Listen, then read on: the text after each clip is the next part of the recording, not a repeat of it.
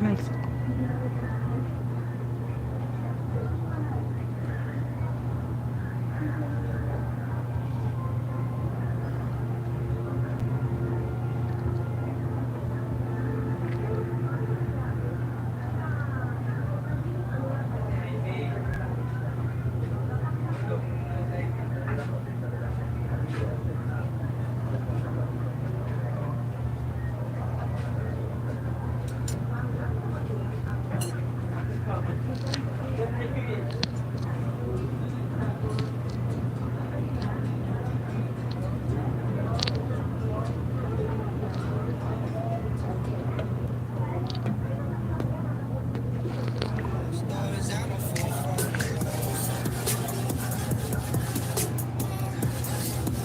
Punta na sa mag-chatan.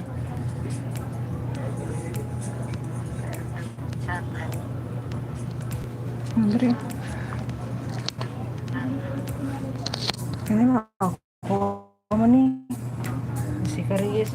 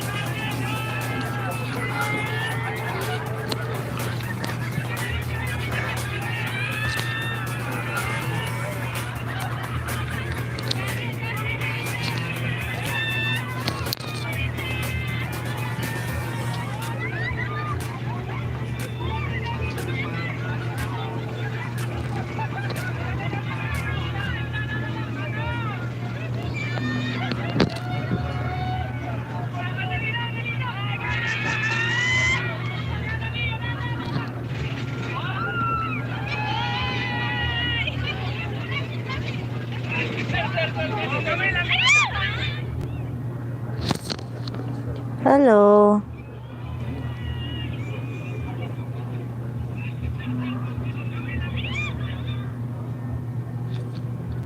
Hi, Madam Reg.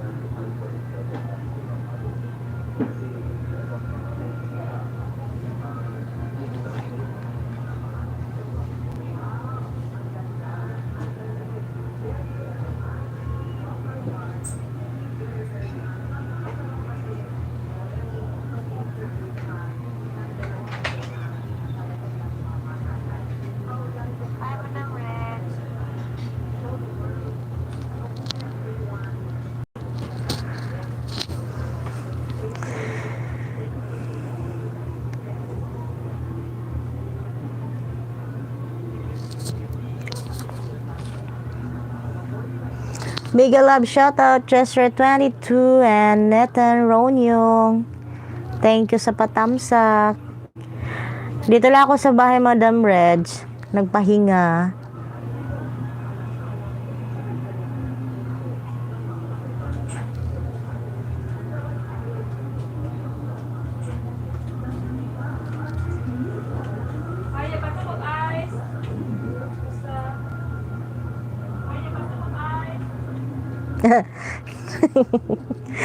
May bumili ng ice. May bumili ng ice. May bumili ng ice.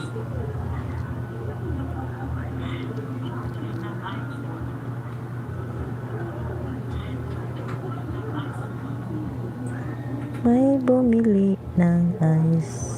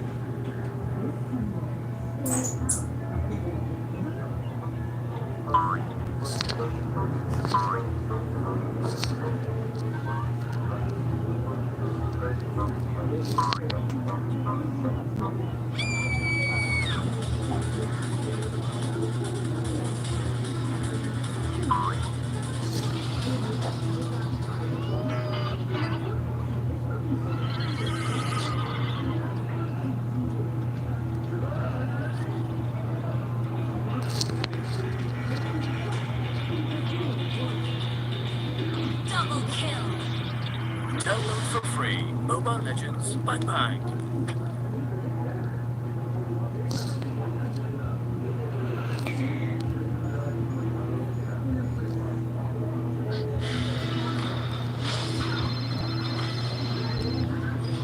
Hello? Hey, thanks, bro. Hey, your Tagalog was great. Glad to have another chat with me. You ready for that?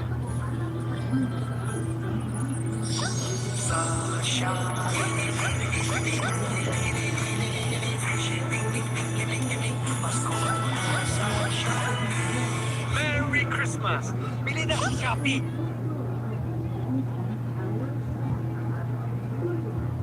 Bili na sa Shopee!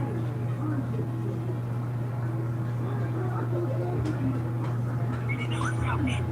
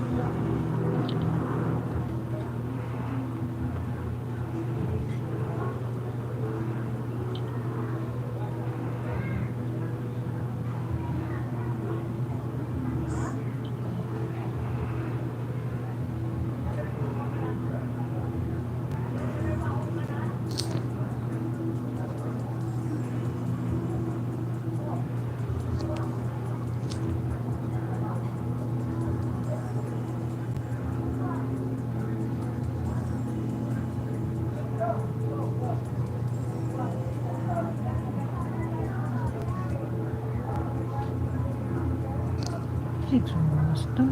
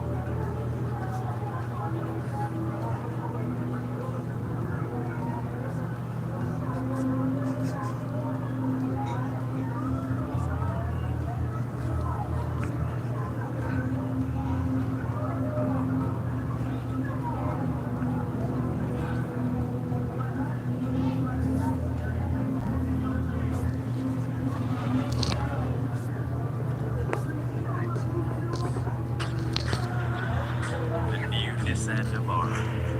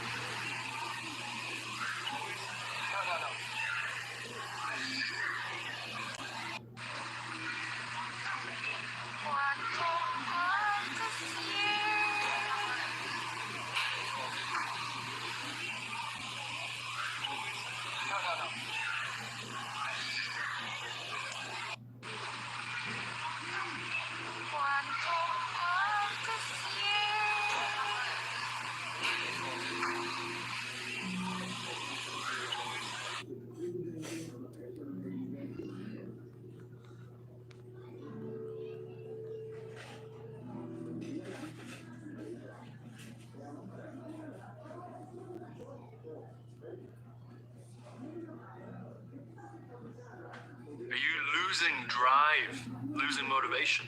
Well, for a limited time, the Flow Research Collective.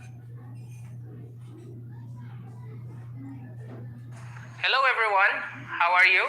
This is JR from JRC Visa and Immigration Services. So we are here now to answer some of the basic questions that are popping up on some social media and foreigner group chats. So for us to give some enlightenment for those questions that are frequently asked by those foreigners, hoping that this will be an initial one to guide you for you to be doing the right way of doing your immigration and visa needs. To start with, how long will it take for you to be considered overstaying alien? Okay, for you to be an overstaying alien as classified by the Bureau of Immigration, if you miss a single day for you to extend your visa on the valid authorized stay, then you are considered as an overstaying alien. Most commonly, there are three situations, basic situations in which a certain foreigner or an alien have missed to extend their allowable stay for more than 6 months, more than 1 year, or more than 36 months or 24 months, which is the maximum allowable stay of a certain foreigner here in the Philippines as a tourist or on tourist visa. Next common question that we would like to enlighten you is going like this. Does an ACRI card on tourist or temporary visitor can help you open a bank account? Okay, this is a very common question being asked by foreigners on tourist visa. By classification, a tourist visa is a temporary visitor in the Philippines. Way back 5 years ago, banks will allow to open you a bank account using your tourist visa ACRI card. But now, with the mandate of the Bangko Sentral ng Pilipinas, banks are required to do their profiling on their foreign clients, and they are mandated to require their foreign clients to submit or to show an ACRI card with a permanent residency status. So with that, the tourist visa ACRI card will not be acceptable as of the moment. In some other cases regarding the ACRI card, there are times that the ACRI card on tourists might be accepted at the discretion of the bank or the bank manager for them to open a bank account. So basically, the bank have further justification on why they receive the ACRI card on tourist visa for a foreign or an alien to open a bank account for now. Alright, so next question on the list. Does an ACRI card on tourist visa can help you apply for a driver's license? Well, this is another very tricky and very general question to ask. Normally, a foreigner can apply for a local or Philippine driver's license in two ways. Applying it from scratch, from student permit down to a professional or a non-professional driver's license, or there's also one that we call is conversion, meaning they will have their driver's license from their country of origin. So based on our experience here in Cebu, there is an LTO office here that will allow an ACRI card on tourists, provided that they will have the English translated version of their driver's license from their country of origin, and at the same time they have at least 6 months validity on their tourist visa. So that might be on a case-to-case basis but we are speaking of based on our experience here in Cebu. So let us explore, and for those foreigners that would like to get the local driver's license, please do let us know. Alright, so we are going to our next question. What will you do if you have overstayed? Okay, there are two things that you need to do. Number one, if you have still overstayed for a month or 6 months or over a year, but not overstayed for more than 36 months or the allowable stay, if you have overstayed, then all you need to do is, for the 6 months, for example, all you need to do is to update your visa. But that couples with a documentary requirement or the paperwork, which is what we call the motion for reconsideration, and that is one of the major paperwork that you need to do. If you overstayed for some reason, valid reason, for more than 12 months, that will be filed in the Bureau of Immigration in Manila office. In the other hand, what is mostly commonly happening right now because of the pandemic, there are aliens or foreigners who have overstayed more than 36 months, which is their allowable stay. So their option really is, there are two that is on the back or on the table right now. It's either they will leave the country or they will apply for an appropriate visa. But before they can do that, they need again to file the motion for reconsideration and attach paperwork for that in the Bureau of Immigration in Manila office.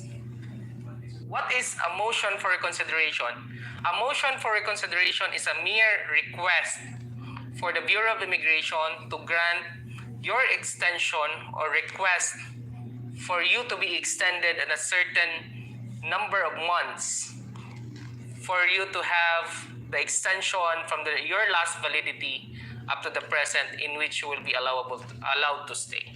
So we have another question that will need to be addressed on. So what are the expected costs if you overstayed?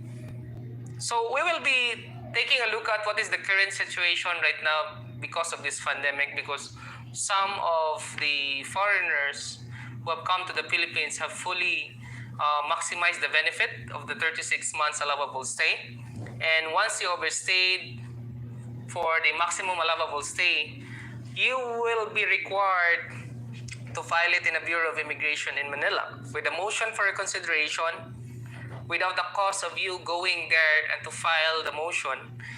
At least you will have a $500 that will be on arrears, which will compromise what we call IARC. So IARC stands for the Immigration Arrears Release Certificate, plus there will be a corresponding express fee, plus your current or your actual extension or updating of your valid stay from the last valid visa until your approved allowable stay in the country. All right, so we have gone a little bit far of our discussions for today. So there's another question in which I have observed it's one of the common question. So why do you need a return ticket in coming to the Philippines? So a return ticket would most probably be required for foreigners before COVID, and this time for you to obtain prior your entry or allowed entry to the Philippines, because most likely this will be applicable for foreigners coming in the country on tourist visa. So by definition, a tourist visa is a temporary visitor of the country. That is why they need to figure out or they need to establish upon arrival in any port of entry, either airport or a seaport, to provide the immigration officers